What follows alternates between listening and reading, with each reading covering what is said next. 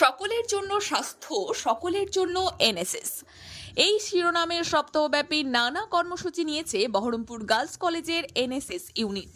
এদিন বহরমপুরের কাশিমবাজার পৌর প্রাথমিক বিদ্যালয়ে সেই কর্মসূচির সূচনা করেন বহরমপুরের উপপৌরপ্রধান স্বরূপ সাহা।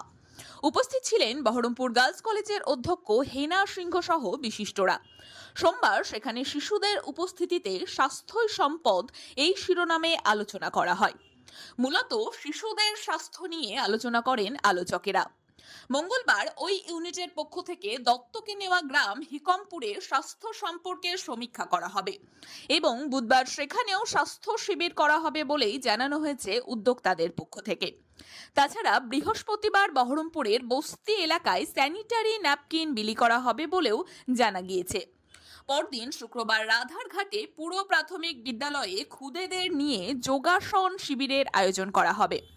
শনিবার অপর দত্তক নেওয়া গ্রাম বহরমপুরের বহিরগাছির প্রাথমিক বিদ্যালয়ে স্বাস্থ্য ও পরিষ্কার পরিচ্ছন্নতার বিষয়ে শিবির হবে।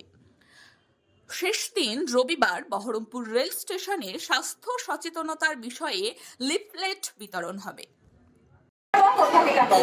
আমাকে তাহলে আগে যেতে দাও।